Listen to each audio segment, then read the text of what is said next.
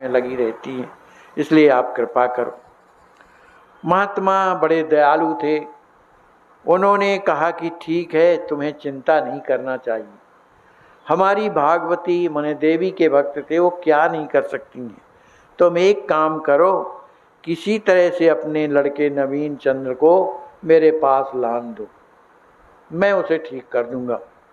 इस बात को सुनकर के शरद ठाकुर बड़े प्रसन्न होते हैं।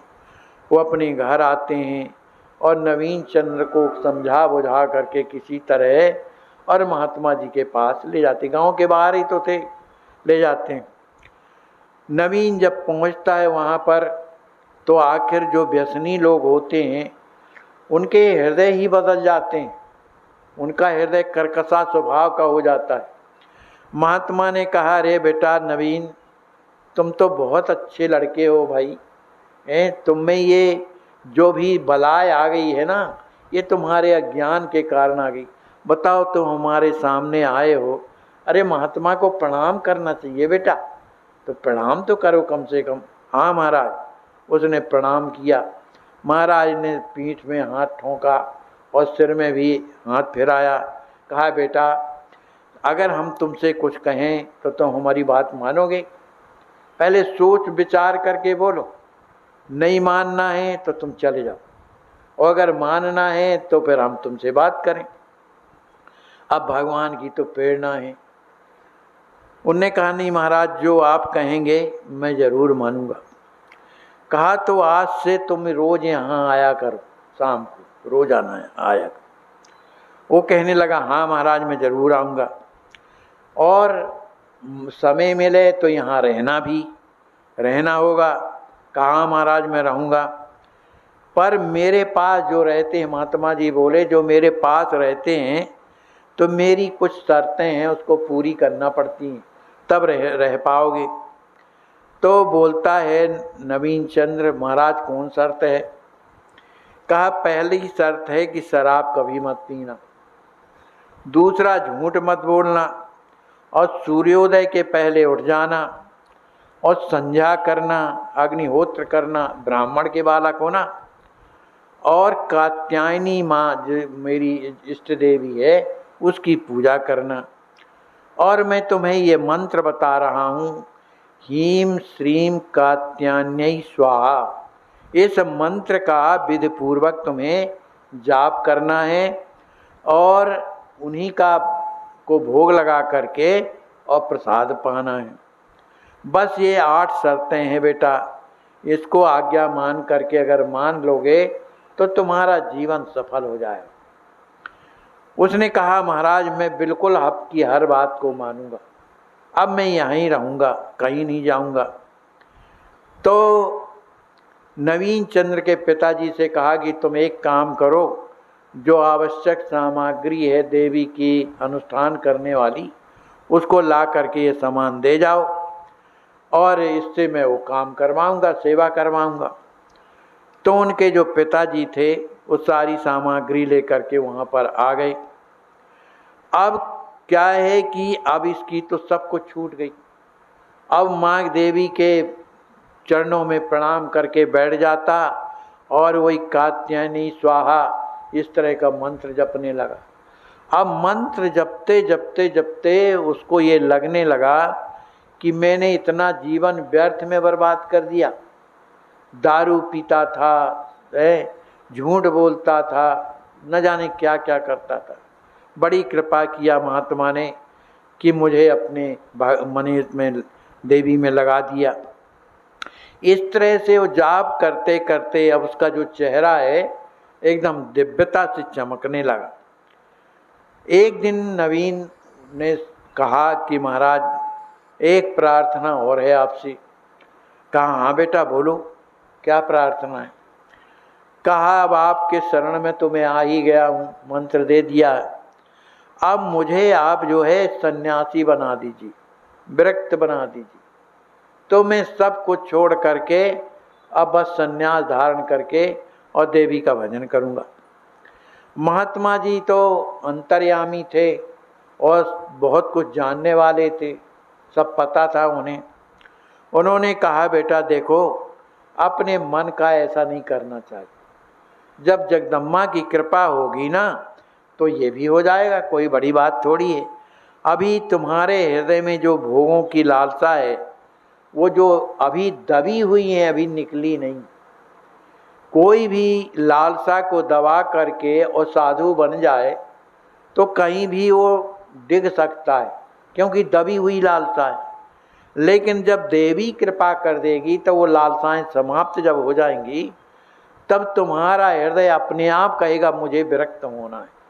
फिर तुम किसी के रोकने से नहीं रुकोगे जब माँ चाह लेगी। इसलिए तुम इस तरह का मत सोचो, अभी तुम भजन करो जो मैंने मंत्र बताया।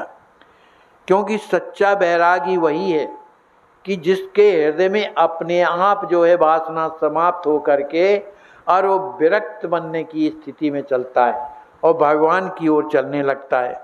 देखो, एक म्यान में दो तलवारें कभी नहीं आती कि तुम संसार भी चाहो और विरक्ति भी चाहो, ऐसा नहीं हो सकता है। इसलिए ये स्वांग मत करो। जब जगदम्बा की कृपा होगी तो वो भी होगा, वो निश्चित होगा। और इसी को असली वैराग कहते हैं। जब भगवान मन जगदम्बा कृपा करेगी, कहते हैं आवेश में घर में लड़ाई हुई, पति पत्नी में लड़ाई हुई, माँ बाप में लड़ाई हुई और छोड़ के चल दिया चलो मैं साधु बन जाऊं, तो ऐसे साधुओं की साधुता टिकती नहीं है बेटा। जो सहज में उत्पन्न होती है हृदय से कि चलो सब छोड़ो सब व्यर्थ है, उसे स्वयं लगने लगता है। तो ये स्थिति बेटा अभी तुम्हारी नहीं है, इसलिए इसमें अभी मत पड़ो। अब तो तुम जगदम्बा का भजन करो। इस तरह समझाने पर नवीन चंद्र समझ गए। अब वे नित्य निरंतर अपनी भगवती का नाम लेने लगे। महात्मा ने कहा बेटा अब तुम जगदम्बा की कृपा प्राप्त करो, उनसे प्रेम करो, उनकी सेवा करो, उनसे कुछ कहो सुनो, तब उन्हें तुम्हें दर्शन देंगी। इस तरह का महात्मा जी ने जब समझाया तो नवीन चंद्र उस दिन से अपनी माता जी के सामने, कात्यायनी जी के सामने बैठ करके और प्रार्थना करने लगे कि मुझे आप दर्शन दीजिए, मैं कैसा भी हूँ पर आपका हूँ, सब छोड़ करके आपकी सेवा में लगाऊंगा। इस तरह से प्रार्थना करने लगे। इस तरह से प्रार्थना करते करते अब उनका हृदय जो है द्रवित होने लगा, उनके नेत्रों से प्रेमाश्रु बहने लगे। अब उन्हें आनंद आने लगा। अब उन्हें ये लगने लगा कि भगवती मेरे पास ही बैठी हुई है। उन्हें कभी कभी शब्द सुनाई देने लगते थे, कभी जो है नूपुर की आवाज़ सुनाई देती थी, कभी जो है हाथों के कंगन की आवाज़ सुनाई देती थी। उन्हें ये लगने लगा कि मेरी भागवती यहीं पर है। ऐसा सोच करके अब उनका मन और लगने लगा। एक दिन महात्मा ने कहा बेटा उनसे रो, उन्हें रो करके पुकारो तो निश्चित तुम्हें दर्शन देंगी। तुम्हें ये स्थिति जो प्राप्त हो गई इसका मतलब है कि भगवती ने तुम्हें आभास कराया कि मैं हूँ जहाँ तुम बैठ करके भजन करते हो। अब वो तुम्हें निश्चित रूप से दर्शन देंगी। तब तुम अपनी माँ के हृदय से लग जाना, वो माता जी खुद तुम्हें उठा करके गोद में बैठा लेंगी, तब तुम्हारा जीवन धन्य हो जाएगा। महात्मा की बात को सुनकर के नवीन का हृदय और भर गया। उसके नेत्रों से प्रेमाश्रुओं की धार बहने लगी। वह अनन्य भाव से जगदम्बा की सेवा करने लगा। शरद ठाकुर और उनकी पत्नी, जिनके वो पुत्र थे, जब इस बात को उन्होंने श्रवण किया कि मेरा पुत्र निरंतर भगवती की सेवा में लगा है, उसने सब जो अकर्म है उनका परित्याग कर दिया, तो माँ बाप को कितनी प्रसन्नता होती है। वो दोनों बड़े प्रसन्न हो गए।